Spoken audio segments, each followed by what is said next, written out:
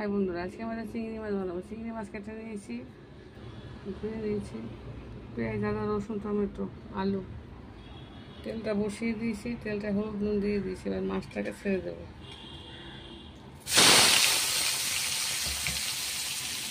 আমার চিংড়ি মাছ ভাজা হয়ে গেছে, তুলে দিই। এবার ফোড়ন দিয়ে দিলাম। কী দিলাম?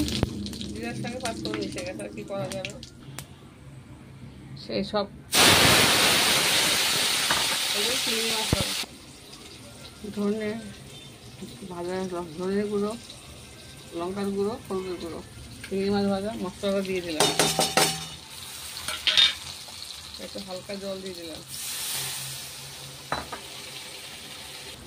জল দিয়ে দিচ্ছি। হয়ে গেছে দেওয়া। 1 মিনিটের ভিডিও করতো। চিংড়ি মাছটা দিয়ে দিলাম, পরে আবার দেখাচ্ছি। আলু চিংড়ি মাছ ঝোল করেছি, দেখুন কিরম হয়েছে। ভালো লাগলে লাইক